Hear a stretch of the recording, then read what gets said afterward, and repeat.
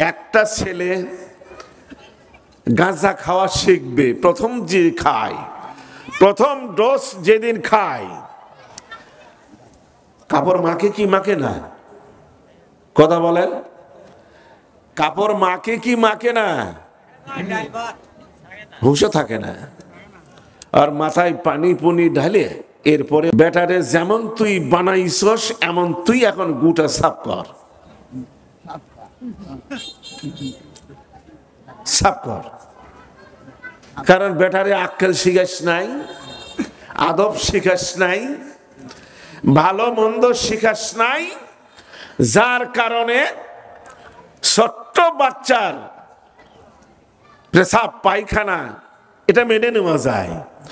বাচ্চা যখন আগাগোড়া বাত্তি হয়ে যায়, কথা বলছেন, বাচ্চার ছেলের যখন আগাগোড়া বাত্তি হয়ে যায়, আর টয়লেট বাত্তি হয় না, হয় কি হয় না? তো বাত্তি টয়লেট মেনে নেওয়া যায়, বাত্তি পেশাব মেনে নেওয়া যায়, যায় না। এখন বাবা মাকে আল্লাহ বলে সাফ কর, ওই বাত্তি টয়লেট আর বাত্তি পেশাব তুই সাফ কর, এটা তো সাজা। তাহলে গুনাহ করাটা কঠিন, অনেক বড় কঠিন। আর নেকি করাটা কত বড় সহজ, সুবহানাল্লাহ, কত বড় সহজ। আল্লাহ কি বলছেন? বান্দা যদি আমার ভয়ে, বান্দা যদি আমার ভয়ে ওযু করে, ওযুর অঙ্গ প্রত্যঙ্গ গুলো দিয়ে গুনাহ ঝরতে থাকে, সুবহানাল্লাহ।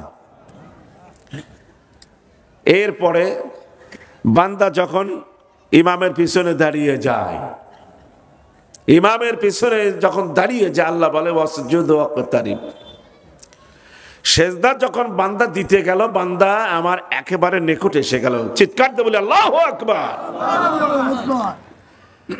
বান্দা আমার একেবারে নিকটে এসে গেল।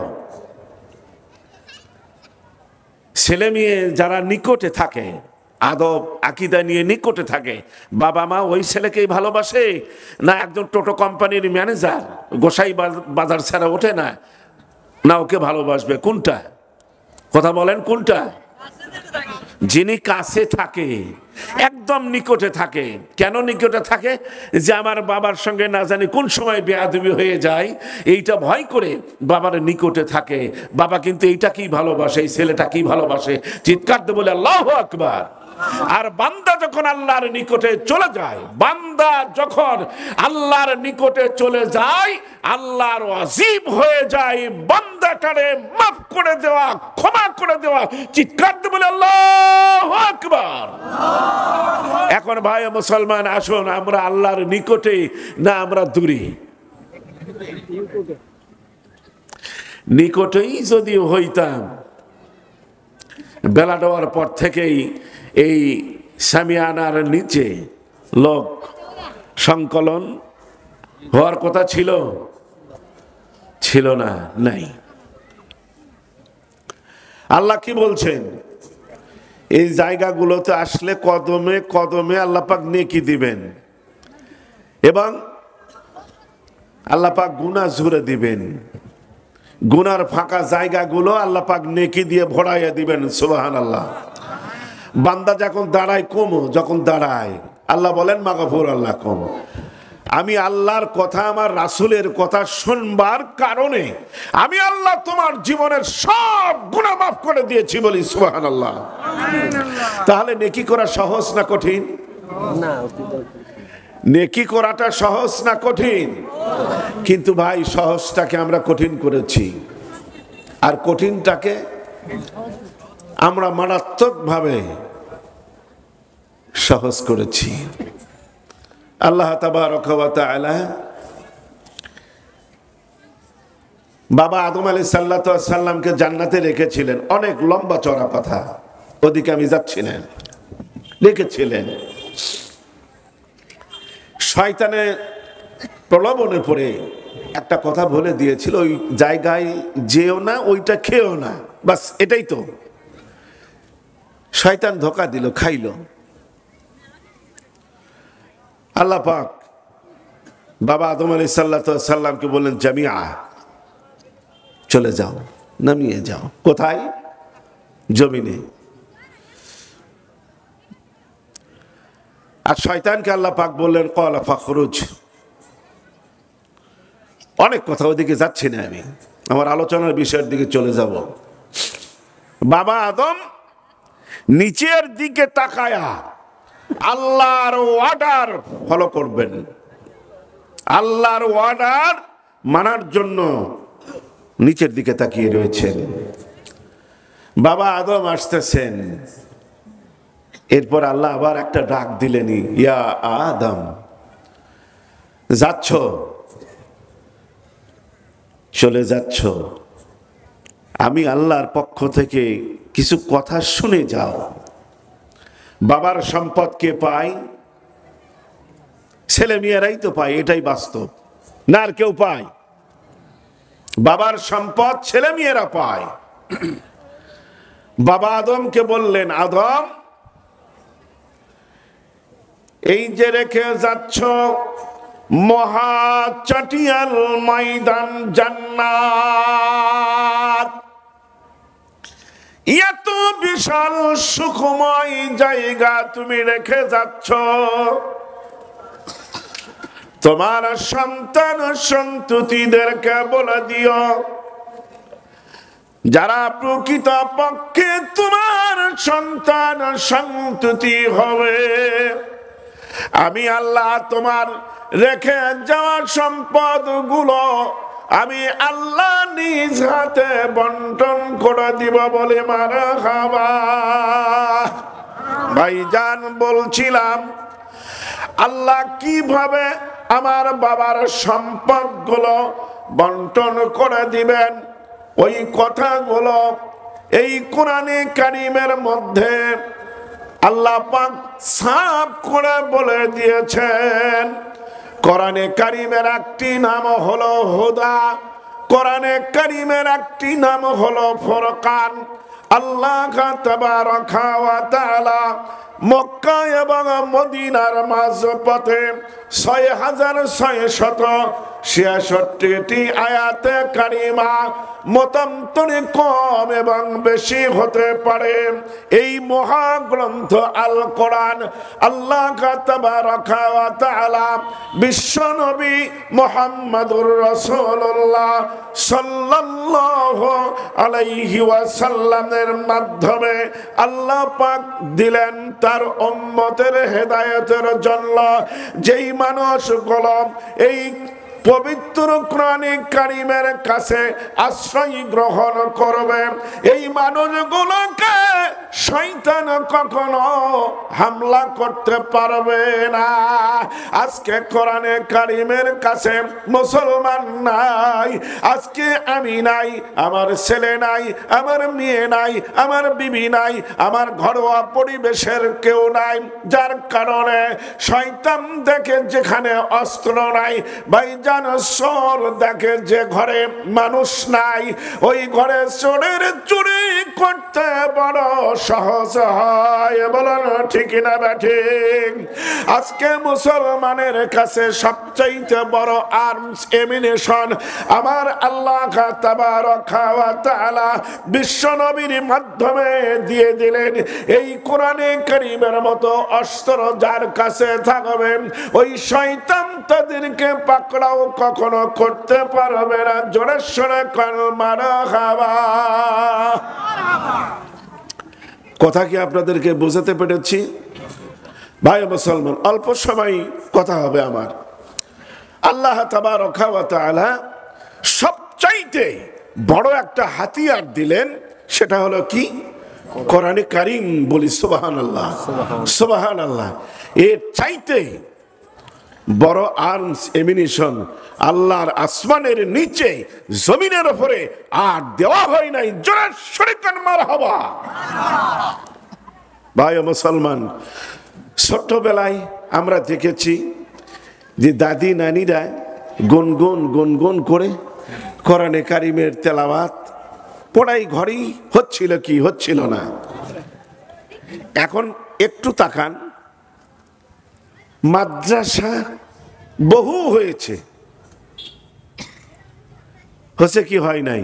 মহিলা মাদ্রাসা, পুরুষ মাদ্রাসা বহু হয়েছে। হবার পরেও আপনি একটু লক্ষ্য করেন, সকালবেলা আপনি একটু পায়চারি করবেন, কোরআনের সুর কিন্তু পাওয়া যায় না। সুবহানাল্লাহ, পাওয়া যায় না। আগে যে ছিল না, এর পরেও প্রত্যেকটা বাড়িতে, পড়ায় বাড়িতে কোরআনে কারিমের তেলাওয়াতের কণ্ঠ কানে বাড়ি খাচ্ছিল। চিৎকার দিয়ে বলে আল্লাহু আকবার। আর এখন এত প্রতিষ্ঠান হলো, হবার পরেও আপনি বাড়ির ওপর দিয়ে পায়চারি করবেন, আপনার কানে কোরআন পড়ার সাউন্ড খুব কমই পড়বে। সুবহানাল্লাহ। তবে পাওয়া যায় কখন, কোন জায়গায় পাওয়া যায়? যেখানে দেখবেন দ্বীনি প্রতিষ্ঠানগুলো রয়েছে, কোরআনে কারিমের দার্স যেখানে চলে, সেখানে গিয়ে খাড়া হলে কোরআনের সুর ভেসে কানে বাড়ি খাচ্ছে। সুবহানাল্লাহ। এটা হলো প্রতিষ্ঠানের ব্যাপার, কিন্তু সবচাইতে বড় ব্যাপার হলো আপনার বাড়িটা। কথা বুঝতে পেরেছেন? সবচাইতে বড় ব্যাপার হলো আপনার বাড়ি, আপনার ঘরোয়া পরিবেশ। আজকে ঘরোয়া পরিবেশে কোরআনে কারিম নাই, না থাকার কারণে আমরা কি ভালো আছি না আমরা সুস্থ আছি? কোনটা? ভালোও নাই, সুস্থও নাই, পুরোটাই ব্লাড ক্যান্সার। কথা ঠিক না বা ঠিক? পুরো শরীরটাই ব্লাড ক্যান্সার। আর ব্লাড ক্যান্সার যদি কারো হয়, পুরো শরীরের রক্ত পাল্টাতে হয়। আর পাল্টাতে হলে বাংলাদেশে হবে, বহির্বিশ্বে বড় বড় দেশে যেতে হবে। সে অর্থ যদি আমার না থাকে, অর্থটা যদি আমার না থাকে, বলে মরেই যাজ্ঞা। তুই মরে গেলে যে ভাই মুসলমান, বলছিলাম আল্লাহর নবী দুলালে আমেনা শাহে মদিনা জনাবে রাসূলুল্লাহ আহমদি মুস্তাফা মোহাম্মদি মুস্তাফা দিল থেকে জবান উজাড় করে দিয়ে বলি সাল্লাল্লাহু আলাইহি ওয়াসাল্লাম মক্কা থেকে মদিনায় হিজরত করে চলে যাচ্ছে। মহত্ব সময়ের মধ্যে এলান হয়েছে, আব্দুল্লাহর সন্তান মোহাম্মদকে যে ব্যক্তি জীবিত অথবা মৃত অবস্থায় ধরে দিতে পারবে, মক্কার মাটিতে সব চাইতে বড় ধনী বানাইয়া দেওয়া হবে। মক্কার মাটিতে সে যা চাবে তাকে তাই দেওয়া হবে। চিৎকার দিয়ে বলি নাউজুবিল্লাহ। আল্লাহর নবী সাল্লাল্লাহু আলাইহি ওয়াসাল্লাম চলছেন, সফর সঙ্গে ছিলেন আবু বকর রাদিয়াল্লাহু তাআলা আনহু। অনেক বড় লম্বা চড়া কথা, রাওয়াহু বুখারী শরীফের আলোচনা সংক্ষিপ্ত আকারে বুঝাবার জন্য বলছি।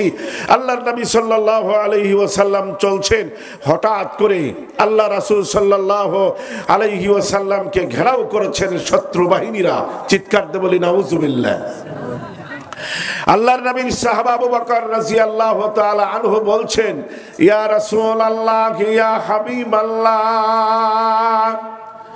অনেক ঘাত প্রতিঘাতের মধ্য দিয়া এ পর্যন্ত আল্লাহ আমাদেরকে আনলেন।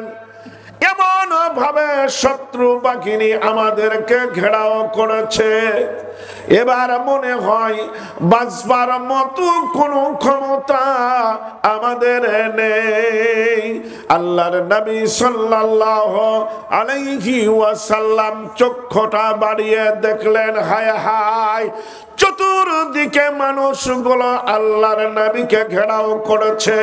আমার দয়ার নবীর কাছে কোনো আর্মস এমিনেশন নেই, একটাই অস্ত্র ছিল, যেটা হলো এই কোরআনে কারীম। জোরে শুনে কোন সুবহানাল্লাহ।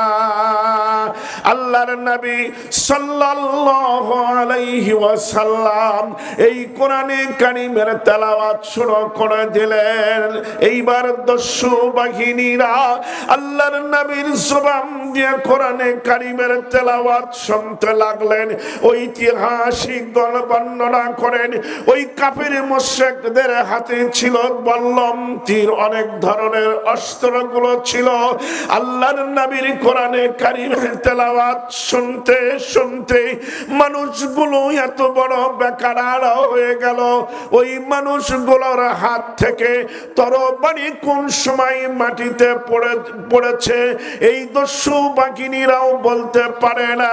ঐতিহাসিকগণ বর্ণনা করেন, কারো পা কানা হয়েছে, কারো পায়ের নখগুলো কেটেছে, পা গুলো দিয়ে রক্ত ফিনকি দিয়ে বের হচ্ছে।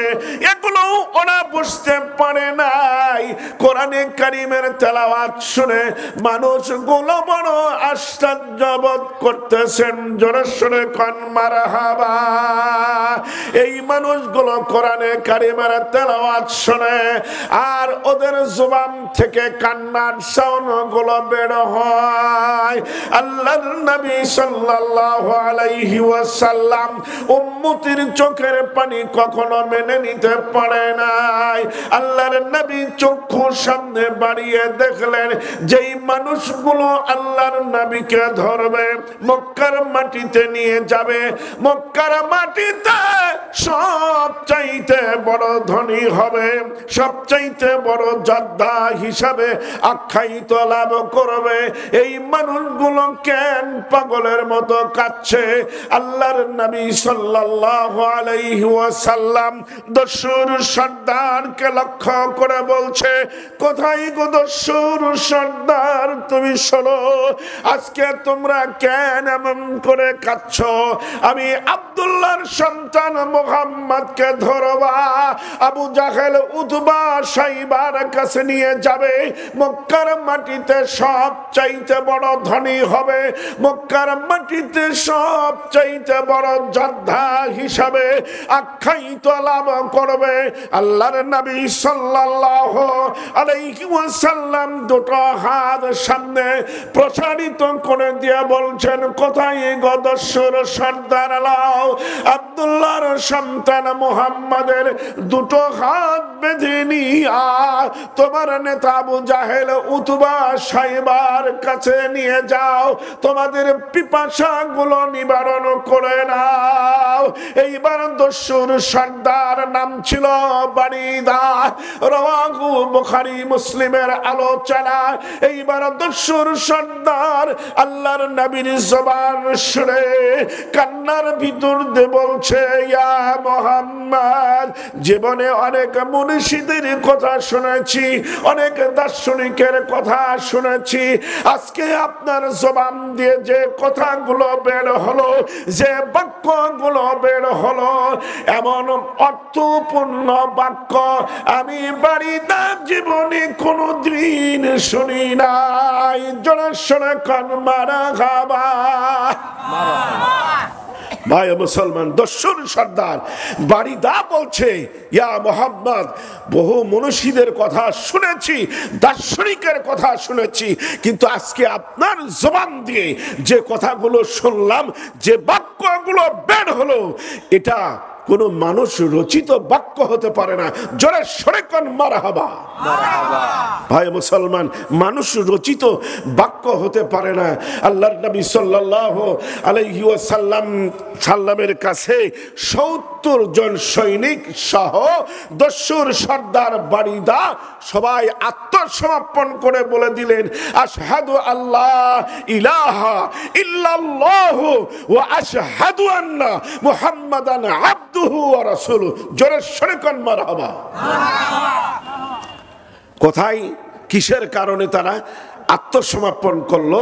ভাই মুসলমান, তার আরব দেশের মানুষ আরবি ভাষা তারা বুঝতো, আরবি ভাষা তারা বুঝতো। ভাই মুসলমান, এই কোরআনে কারিমের তেলাওয়াত শুনে এই 70 জন সৈনিক দস্যুর সর্দার সহ আত্মসমর্পণ করে দিয়া ইসলামের সুশীল ছায়াতলে আশ্রয় নিয়ে মানুষগুলো জীবন কাটাইতে লাগলো। চিৎকার দিয়ে বলে আল্লাহু আকবার। কেন এইটা হলো? ভাই মুসলমান, আল্লাহর নবী যখন কোরআনে কারিমের তেলাওয়াত শুরু করেছিলেন, এই কোরআনে কারিমের তেলাওয়াত শুনে আল্লাহর রহমতের ফেরেশতারা ওই দস্যুর সর্দার সহ আল্লাহর নবী সহ সবাইকে ঘেরাও করে ধরেছিল, যার কারণে সমস্ত মানুষগুলো বরকতপূর্ণ হয়েছিল। চিৎকার দিয়ে বলে আল্লাহু আকবার। কথা বুঝতে মনে হয় কারো বাকি নাই? ভাই মুসলমান, বলছিলাম আজকে সেই কোরআনে কারিমের প্রতিষ্ঠান করতে যাচ্ছেন, সেই কোরআনে কারিমের প্রতিষ্ঠান করতে যাচ্ছেন, করেন নাই এখনো। ইন্নামাল আমালু বিন্নিয়াত, আগে নিয়তটাকে খালেস করতে হবে। আপনি শুধু টাকা পয়সা দিবেন, ঘর দরজা করে দিবেন, আপনি ছেলে দিবেন না। ওই গ্রামে একজনের ছেলে প্রতিবন্ধী, ওই দিবে, ঠিক না ব্যাঠি? একজন গরিব মানুষ দিন মজুরি দিয়ে খায়, ও দিবে। আপনি ধনী মানুষ, আপনার ছেলেটারে দেবেন না। এই নিয়ত যদি হয় তো মজা মারবি খোঁজা ভাই, আপনার আমার কিন্তু ঘুম কামাইটাই হবে। কথা বুঝতে পারেন নাই? শুধু ঘুম কামাইটাই হবে। ভাই মুসলমান, বলছি যে আপনার ছেলেকে যে শুধু মাদ্রাসায় পড়াতে হবে, এটা আল্লাহ পাক ফরজ করে দেয় নাই, ফরজ করে দেয় নাই। ফরজ ইবাদত না করলে বান্দা গুনাহগার হয়, এটাই তো। কিন্তু সবচেয়ে বড় ফরজ হলো সুবর্ণ একটা সুযোগ, আপনার ছেলে শৈশব থেকে, ছোট্ট থেকে একটু যাতায়াত করতে, প্রাইমারি পাস করতে করতে দেখবেন আপনার ছেলেটা কোরআনে কারিম তেলাওয়াত শিখে যাবে। চিৎকার দিয়ে বলি সুবহানাল্লাহ। কোরআনে কারিমের তেলাওয়াত শিখে যাবে, এরপরে মাসনুন দোয়াগুলো শিখবে, এরপরে আপনার ছেলে জানাজাটাও শিখবে। 5 পাস করার পরে আপনার ছেলে যদি লাইনটা কেটেও দেয়, আপনার ছেলে মাস্টার ডিগ্রি করলো, আপনার ছেলে বিসিএস ক্যাডার হলো, আপনার ছেলে প্রফেসর হলো, আপনার ছেলে ওসি ডিসি জজ ব্যারিস্টার হলো, ক্ষতি নাই, কোনো ক্ষতি নাই। এই ছেলেটার কাছ থেকে জীবনে কোনোদিন নামাজ কাজা হওয়ার সম্ভাবনা থাকে? একটু আপনারা কথা বলেন, থাকে না। ভাই মুসলমান, আল্লাহর নবী সাল্লাল্লাহু আলাইহি ওয়াসাল্লাম বলেছেন যে ছেলে জন্ম দিলেই বাবা হওয়া যায় না। 10 মাস 10 দিন ছেলেটারে পেটে রাখলেই মা হওয়া যায় না। আল্লাহর নবী সাল্লাল্লাহু আলাইহি ওয়াসাল্লাম বলেছেন, ভাই মুসলমান, জাহান্নামের প্রত্যেকটা দরজার সামনে যেই দিন আল্লাহ তাবারাকা ওয়া তাআলা জাহান্নামীদেরকে জাহান্নামে নিয়ে যাওয়া হবে, প্রত্যেকটা দরজার সামনে মিশকাত শরীফের হাদিস 4 লক্ষ করে আযাবের ফেরেশতা নিয়োজিত করা হয়েছে প্রত্যেকটা দরজার সামনে। চিৎকার দিয়ে বলেন নাউজুবিল্লাহ। 4 লক্ষ আপনাকে নিয়ে যাওয়া হবে, আপনাকে নিয়ে যাওয়া হবে। আপনি ফেরেশতাদের আকৃতি দেখে আপনি হতাশ হয়ে যাবেন। ওই সময় আপনার ছেলে মেয়েগুলো আপনার সামনে দাঁড়িয়ে যাবে, আল্লাহর কাছে বলবে যে আল্লাহ, আমার বাবা আমাকে বিসিএস ক্যাডার বানিয়েছে, আমাকে মাস্টার ডিগ্রি কমপ্লিট করেছে, আমি স্কুলে যাই নাই তার জন্য আমার বাবা আমাকে প্রহার করেছে, আমি প্রাইভেট পড়তে যাইনি তার কারণে বাবা আমাকে মেরেছে, কিন্তু আমি কোরআন তেলাওয়াত শিখি না এই জন্য আমার বাবা আমাকে মারে নাই, আমি নামাজ শিখি না এই জন্য। আল্লাহ বলবেন কি চাও? আমি আমার বাবা মার বিচার চাই। আল্লাহর নবী সাল্লাল্লাহু আলাইহি ওয়াসাল্লাম বলেন, জাহান্নামের দরজার সামনে আপনাকে শুয়ে রেখে আপনার এই আপন সন্তানগুলো এমন ভাবে ঘাড়ে লাথি মেরে জাহান্নামে চলে যাবে। ভাইজান, বলছিলাম যেই ছেলের জন্য আজকে বাবা কত বড় পাগল, যেই সন্তানগুলোর জন্য মা কত বড় পাগল। ছেলে মেয়ে অসুস্থ হয়ে গেলে ভাইজান, ওই বাচ্চাদের সুস্থতা না ফেরা পর্যন্ত আমার বাবা এবং মা তারা স্বস্তির পায় নাই। সুবহানাল্লাহ। আর ওই সন্তানগুলো ঘাড়ে পা দিয়ে লাথি মেরে জাহান্নামে চলে যাবে। এরপরে আমাকে জাহান্নামে নিক্ষেপ করে দেওয়া হবে। ওই সময় মানুষ এত বড় আর্তনাদ করবে, মানুষ বলবে আল্লাহ আর একটা বার দুনিয়াতে পাঠাও, আমাদের যা সহায় সম্পদ ছিল এগুলো লিওয়াজিহিল্লাহ, আল্লাহ তোমার নামে অর্থ করে দিয়া আবার চলে আসবো। সুবহানাল্লাহ। আল্লাহ তাবারাকা ওয়া তাআলা বলবেন, বান্দা মানুষের মরণ একবার হয়, দুইবার মানুষ মরে না। তোমাদের মরণ হয়েছে একবার, আর কোনোদিন মরণ হবে না। লা ইয়ামুতু ফিহা ওয়া লা ইয়াহইয়া। ওই জগতে কেউ বাঁচতে পারবে না, আর ওই জগৎ থেকে কেউ বাঁচতে পারবে না, কেউ মরতেও পারবে না। মরণ মানুষের একবার হয়। ভাইজান বলছিলাম ওই সময় সন্তানগুলোকে ভালো পথে রাখার কত বড় দাম। আল্লাহর নবী দুলালে আমেনা শাহে মদিনা জনাবে রাসূলুল্লাহ আহমদি মুস্তাফা মুহাম্মদি মুস্তাফা দিল থেকে জবান উজাড় করে দিয়ে বলুন সাল্লাল্লাহু আলাইহি ওয়াসাল্লাম বলেছেন, ওই বিদায় হজের ভাইজান আল্লাহর নবী সাল্লাল্লাহু আলাইহি ওয়াসাল্লাম হিজরত করে চলে যাচ্ছেন। ওই সময় দেখা গেল আল্লাহর নবীর জবান থেকে কোরআনে কারিমের তেলাওয়াত শুনে সমস্ত কাফির মুশরিকরা ইসলামের সুশীল ছায়াতলে আশ্রয় গ্রহণ করে ওই মানুষগুলো তাদের জীবন যাপন করতে লাগলো। ঠিক তেমনি আপনি আমি সর্বপ্রথম বাবা এবং মা যদি ইসলামের সুশীল ছায়াতলে আশ্রয় গ্রহণ করতে পারবে, একজন সন্তানের সবচাইতে বড় ট্রেনিং সেন্টার হলো বাবা এবং মার কাছে। বলুন সুবহানাল্লাহ। একটা সন্তানের সবচাইতে বড় ট্রেনিং সেন্টার হলো বাবা এবং মার কাছে। বলি সুবহানাল্লাহ। ভাই মুসলমান, এখন দুনিয়াতে এমন কতগুলো বাবা আমরা আছি না, যে বাবার ছেলের সামনে বাবা কি জঘন্যতম ফাঁস কয় আর না কয়, এটা বাবা ছাড়া কেউ বোঝে না, আর যারা শোনে তারাই বোঝে। বাচ্চাটাতে শুনলো, আর এরপরে মাস বাচ্চাটারে পেটে নিয়ে আল্লাহর নবী সাল্লাল্লাহু আলাইহি ওয়াসাল্লাম বলেছেন, তোমার বাচ্চা পেটে আছে, তুমি কি করো, তুমি কি গান গাও না তুমি কি করো, এটাও যে তোমার বাচ্চাটা শোনে।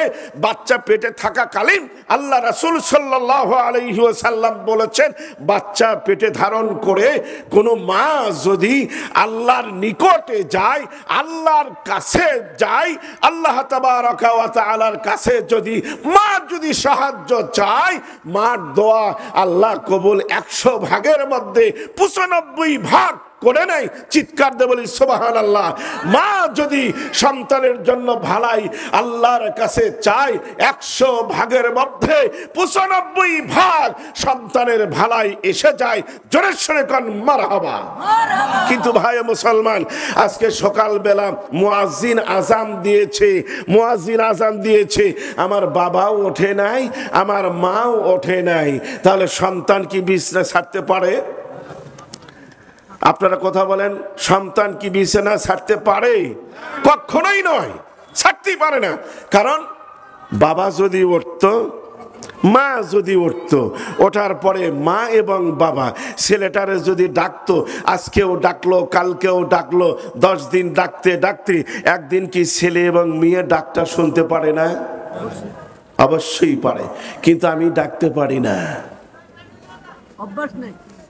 আমি ডাকতে পারি নাই কেন? শয়তানের মহা হামলা থেকে আমরা বাঁচতে পারি নাই। বাবা আদম আলাইহিস সালাম, ভাই মুসলমান, একটি ভুলের কারণে 350 বছর দুনিয়াতে কেঁদেছিলেন। কথা ঠিক না বেঠিক? 350 বছর কেঁদেছিলেন। কয়টা ভুল? একটা ভুলের কারণে। এখন আমি যে বাবা এবং মা, আমার জীবনে কত ভুল আছে, আমি কতবার কেঁদেছি, কতবার আমি কেঁদেছি, পারি নাই, কাঁদতে পারি নাই। ভাই মুসলমান, আমি কাঁদতে পারি কোন সময়? আমার ছেলে মারা গেল, বুক থাপড়ায় কাঁদলাম। আমার ব্যবসায়ী লস গেল, আমি বুক থাপড়ায় কাঁদলাম। আমার ছেলেটা হাসপাতালে ঢুকলো, এর জন্য কাঁদলাম। আমার ছেলে অ্যাক্সিডেন্ট হয়েছে, এর জন্য কাঁদলাম। সংসারের বালা মুসিবত এসে গেল, এই জন্য কাঁদলাম। কিন্তু আমার ছেলের ভবিষ্যৎ আখিরাত ভালাইয়ের জন্য আল্লাহর কাছে আমি অ্যাপ্লিকেশন করতে পারি নাই। নাউজুবিল্লাহ, অ্যাপ্লিকেশন করতে পারি নাই। আল্লাহর নবী সাল্লাল্লাহু আলাইহি ওয়াসাল্লাম বলেছেন, বাবা এবং মা এই দুইটা ব্যক্তির দোয়া আল্লাহর আরশে আজিম পর্যন্ত কোথাও কোনো বাধা থাকে না। চিৎকার দিয়ে বলি সুবহানাল্লাহ। কোথাও কোনো বাধা থাকে না। আজকে সেই বাবা এবং মা ছেলের ভবিষ্যতের জন্য আমি কাঁদতে পারি নাই, আমি বলতে পারি নাই। 2 রাকাত নামাজ পড়ি, যদি আমি আল্লাহর কাছে দুটো হাত উঠায়া যদি আমি বলতাম, আল্লাহ আমার ছেলে নামাজ পড়ে না, আমার ছেলে গান গায়, আল্লাহ আমার ছেলে ধর্মচ্যুত হয়ে গেল, আল্লাহ 2 রাকাত নামাজের বিনিময় আমি তোমার কাছে সাহায্য চাই। আল্লাহ আমার ছেলেটারে আল্লাহ তুমি সুস্থতা দান করে দাও। আল্লাহ শয়তানের মহা হামলা থেকে সন্তানটারে তুমি বাঁচায়া দাও। সুবহানাল্লাহ। একদিন বললেন, 2 দিন বললেন, 2 সপ্তাহ বললেন, 1 মাস বললেন, দেখবেন একদিন না একদিন আপনার চাওয়া এবং পাওয়া আমার আসমান জমিনের মালিক আল্লাহ কবুল করেছেন। জোরে সরে কান মারহাবা। আপনার ছেলের যখন আপনার দোয়াটা কবুল হয়ে গেল, আপনি দেখবেন ওই ছেলেটা সোনার মানুষ তৈরি হয়ে যাবে। ও বিসিএস ক্যাডার হলেও ভালো হবে, মাস্টার ডিগ্রি কমপ্লিট করলেও ভালো হবে, ভাইজান লেখাপড়া না করলেও ভালো হবে, ও যদি ব্যবসা করে এরপরেও ভালো হবে। ভাইজান দেখবেন ও যদি সংসারে কাজ করে এরপরেও দেখবেন ওর আচার আচরণ, ওর মুআমেলাত মুআশারাত, ওর বন্ধু বান্ধবের চাইতে সব আলাদা হয়ে যাবে। বলে সুবহানাল্লাহ। সব আলাদা হয়ে যাবে। কিন্তু ভাই মুসলমান, বড় দুঃখ, বড় দুঃখ, বড় পরিতাপ, আজকে বাবা এবং মা সন্তানের ভালাইয়ের জন্য আল্লাহর কাছে কিছু বলতে পারি নাই। আসছে উনি? ভাই মুসলমান, বলছিলাম সন্তানের ভালাইয়ের জন্য আমি বাবা মা আল্লাহর কাছে কোনো অ্যাপ্লিকেশন করতে পারি নাই। এই ব্যর্থতাটা কার? আমার। যার কারণে আজকে মুসলমানের ঘরের মধ্যে আমার ছেলে আপনার ছেলে গাঁজা খেয়ে ঘুমায়, ডার্বি সিগারেট খেয়ে ঘুমায়, মদ খেয়ে ঘুমায়, আপনার বুকে চাকু ধরে টাকা নেয়, আপনাকে ঘাট ধাক্কা দিয়ে বের করে দেয়, চোর করে আপনার কাছ থেকে টাকা নেয়, মাকে মেরে টাকা নেয়, বাবাকে মেরে টাকা নেয়। পেপার পত্রিকায় দেখেন, হচ্ছে কি হচ্ছে না? ভাই মুসলমান, অনেক কথা, বড় দুঃখ। কিসের কারণে এগুলো হচ্ছে?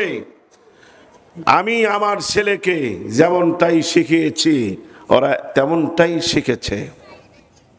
ভালো করে দেখেন, খুব করে খেয়াল করেন, যে বাড়িতে মা নামাজ পড়ে, বাবা নামাজ পড়ে, দেখবেন ছোট্ট বাচ্চা ও হাঁটতে শেখে নাই, মা সেজদা দিয়েছে, ও দেখবেন মার জায়নামাজের সামনে ও মাথাটা নুটিয়ে দেয়, চিৎকার দিয়ে বলে আল্লাহু আকবার। আল্লাহু আকবার।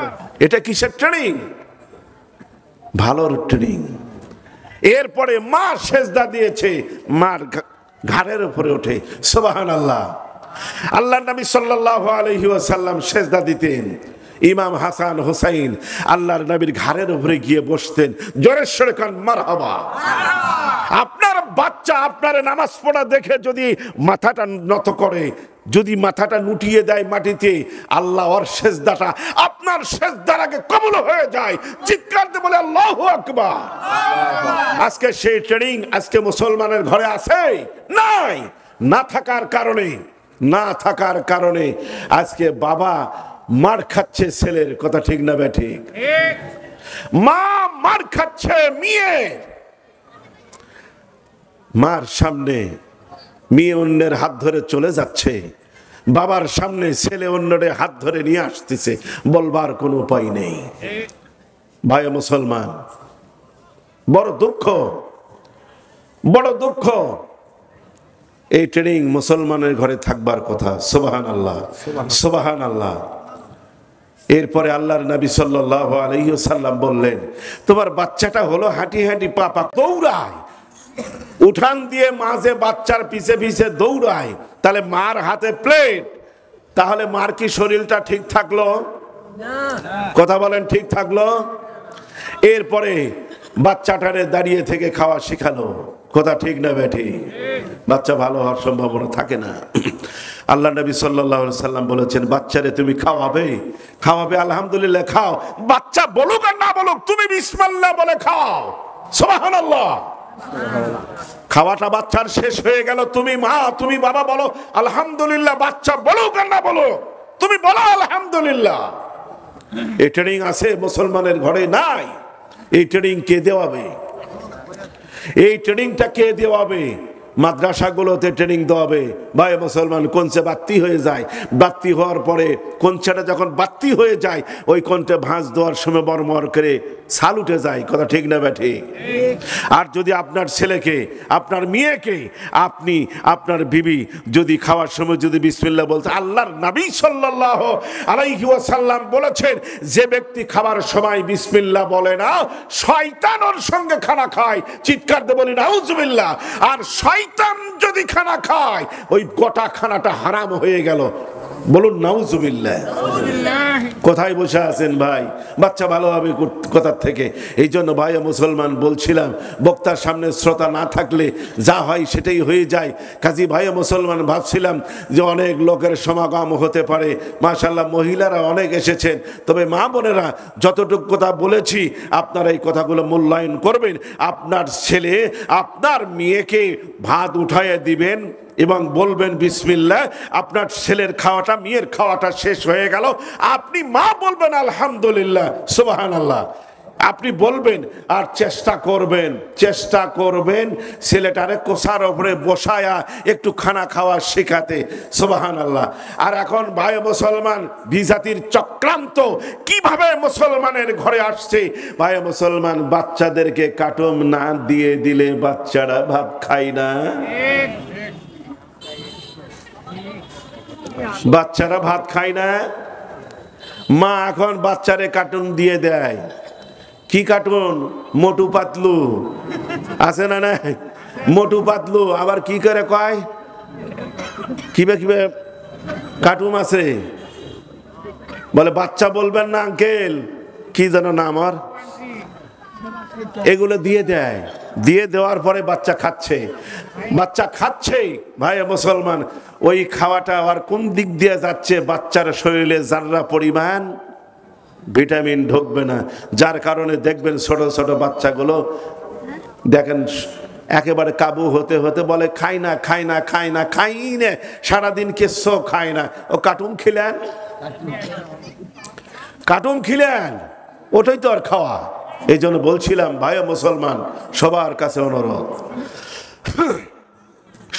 কাছে অনুরোধ, মাদ্রাসা করবেন ভালো কথা, খুব ভালো কথা, কিন্তু কথা হলো প্রত্যেকের ছেলে দিতে হবে, মেয়ে দিতে হবে। আপনার ছেলে হাই স্কুলে দিচ্ছেন, ভালো কথা, দেন। আপনার ছেলে বাড়িতে আছে, হাই স্কুলে পড়তে যায়, প্রাইমারিতে পড়তে যায়, আপনি সকালবেলা ছেলেটারে নিয়ে মেয়েটারে নিয়ে আপনি এই জায়গায় আসবেন, অন্তত পক্ষে 1 ঘন্টা দিন ব্যয় করবেন। সুবহানাল্লাহ। আপনি ছেলেটারে বাড়ি থেকে বের করবেন, নিয়ে আসবেন। আল্লাহর নবীর সহিহ হাদিস, ফেরেশতারা নূরের পাখা আপনার ছেলের পায়ের নিচে দিয়ে বিছাইয়ে দিবে। সুবহানাল্লাহ। সহিহ হাদিস, বিছাইয়ে দিবে। তাহলে প্রতিদিন যদি 1 ঘন্টা হয়, 30 দিনে গুণন দিলে কত ঘন্টা হবে? এইভাবে যদি 1 বছর 2 বছর বাচ্চারে নিয়ে যদি 1 ঘন্টা করে যদি এখানে পাকাপাকি করেন, দেখবেন মাশাআল্লাহ, জাযাকাল্লাহ, আপনার ছেলে আত্তাহিয়াত শিখবে, দরুদ শরীফ শিখবে, দোয়া মাসুরা শিখবে, সানাগুলো শিখবে, খানার দোয়াগুলো শিখবে, পেশাব পায়খানার দোয়াগুলো শিখবে। এরপরে আপনার ছেলে জানাজা করা শিখবে। আল্লাহর নবী সাল্লাল্লাহু আলাইহি ওয়াসাল্লাম বলেছেন, 1000 মুলবি দিয়া আপনার জানাজা করে যতটুকু ফায়দা হবে, আপনার সন্তান যদি আপনার লাশ নিয়ে যদি জানাজা দেয়, 1,00,000 মৌলবীর জানাজার চাইতে আপনার ছেলে ভাঙ্গা চূড়া ভাবে যে জানাজাটা দিল, এই জানাজা করার কারণে আমার আসমান জমিনের মালিক আপনার জীবনের সব গুনাহগুলো মাফ করে দিবেন। বলে আলহামদুলিল্লাহ। আল্লাহ মাফ করে দিবেন। ভাই, আমি একজন মৌলবী, আমি আপনার জানাজা করতে যাব, আমার অন্তর নরম হতেও পারে, নাও পারে। কথা ঠিক না ব্যাঠি? আমার অন্তর নরম হতেও পারে, নাও পারে। কারণ যে 90% আলেম ওলামারা গরিব মানুষের সন্তান, গরিবের সন্তান। ধনীর সন্তান আলেম হয় না, ধনীর সন্তান আলেম হয় না। এই 90% আলেমেরা গরিব। এই গরিব আলেমের বাড়িতে অভাব, কিন্তু একটা মসজিদে চাকরি করে, মাদ্রাসায় চাকরি করে, 8,000 7,000 টাকা বেতন। এরপরেও আল্লাহ রহম, এই লোকটার কাপড় ইস্ত্রির ভাঁজ যায় না। সুবহানাল্লাহ। এর মধ্যেই আর বরকত, আল্লাহ পাক মহা বরকত দিয়ে রেখেছেন। সুবহানাল্লাহ। এই 8,000 টাকা হলে ভাই মুসলমান সংসার চলে। এরপরেও কিছু ডান বায়ে রাখতেও পারে। সুবহানাল্লাহ। আর আপনি 60,000 টাকা বেতন পান, এরপরে আপনার দেখা যায় মাসের শেষে 40,000 টাকা প্রতি দোকানে আপনার লোন হয়ে গেছে। কথা ঠিক না ব্যাঠি? লোন হয়ে গেছে, কারণ আপনার কামাইয়ের মধ্যে বরকত নাই। কারণ ভাই মুসলমান, একটা কুকুর বাচ্চা দেয় 8টা 7টা, একটা শুয়ার বাচ্চা দেয় 10টা। এরপরে ভাই মুসলমান, এই গোটা ভান্ডার বাড়িতে কয়টা শুয়ার পাবেন, কয়টা কুকুর পাবেন? বের করেন তো। আর একটা গরু বাচ্চা দেয় 1টা। সুবহানাল্লাহ। একটা গরু বাচ্চা দেয় 1 বছর পরে 1টা। এরপরেও ভাই মুসলমান প্রতিদিন গোসাইবাড়ি বাজারে, আশেপাশে বাজারে কত গরু জব হয়। এরপরে কোরবানির সময় আসলে মাশাআল্লাহ, মাশাআল্লাহ, কোরবানির পশুর জ্বালায় পা ফেলাবার জায়গা হয় না। জোরে সোরে কোন সুবহানাল্লাহ। কারণ এই পশুগুলো হলো বরকতপূর্ণ পশু। জোরে সোরে কোন আল্লাহু আকবার। আর শিয়াল, কুত্তা, শগু এরা হলো বরকতবিহীন পশু। বলি নাউজুবিল্লাহ। ভাই মুসলমান, আপনার কামাইটা যে বৈধ না, 70,000 টাকা বেতন আপনি পান, কামাই যদি অবৈধ হয়, সোনার বাং দিয়ে কামাই করলেও আপনার শান্তি হবে না। বলি সুবহানাল্লাহ। ভাই মুসলমান, আল্লাহ এমন বেধি দিবে, আপনার বাড়ির খাবার কুত্তাই খায়, আর আপনার তেল ছাড়া একটা রুটি সকালে, আর দুপুরে একটু ভাত। কথা ঠিক না ব্যাঠি? এরপরে চিনির মিষ্টি তো খাওয়ার দূরেই থাকলো। ভাই মুসলমান, ওই যে মিষ্টি বানায় ওইটা দেখতেই হবে, এই জবান দিয়ে মুখটা দিয়ে খেতে আপনি পারবেন না। এরপরে আপনার বাড়ির খাবার কুত্তাই খায়, কিন্তু আপনার ভাগ্যে জুটতেছে না। কথা ঠিক না ব্যাঠি? ভাই মুসলমান, অনেক কথা। কাজী আমি আপনাদের কাছে সবিনয় নিবেদন রাখবো, সেটা হলো এই যে একটা প্রতিষ্ঠান আপনারা করতে যাচ্ছেন, এখনো পুরোপুরি ভাবে আপনারা দেন নাই, করেন নাই, করবেন, নিয়ত করেছেন। কিন্তু আমার কথা হলো ছেলে হাই স্কুলে পড়ে, প্রাইমারিতে পড়ে, এই ছেলে এবং মেয়েদেরকে অন্তত পক্ষে প্রতিদিন 1 ঘন্টা বা আধা ঘন্টা করে সময় এখানে আপনারা কাটাবেন। কথা ঠিক না ঠিক? যদি আপনারা করতে পারেন ভাই ও মুসলমান, তাহলে দেখা যাবে দিনের আলো এলাকায় চমকিতে থাকবে। সুবহানাল্লাহ। দিন চমকিতে থাকবে, দিন চমকিতে থাকবে। এই জন্য ভাই ও মুসলমান, আপনাদের কাছে বিশেষ অনুরোধ থাকলো, আপনারা দয়া করে অনুগ্রহ করে ছেলে এবং মেয়েকে প্রথমে আল্লাহর কালাম শিখাতে হবে, এটা বাধ্যতামূলক, শিখাতেই হবে। নামাজ শিখাতেই হবে, এগুলোর থেকে বিরত থাকা যাবে না। যাই হোক, আমাকে স্লিপ দিয়েছেন বেশ কিছু আগে, তখনই আমাকে সময় সংক্ষেপ করাই দরকার ছিল। যাই হোক, মুখতাসার আলোচনার মধ্যে ভুল হওয়াটাই স্বাভাবিক। বক্তার সামনে শ্রোতা না থাকলে বক্তার আলোচনার অনেক বিঘ্ন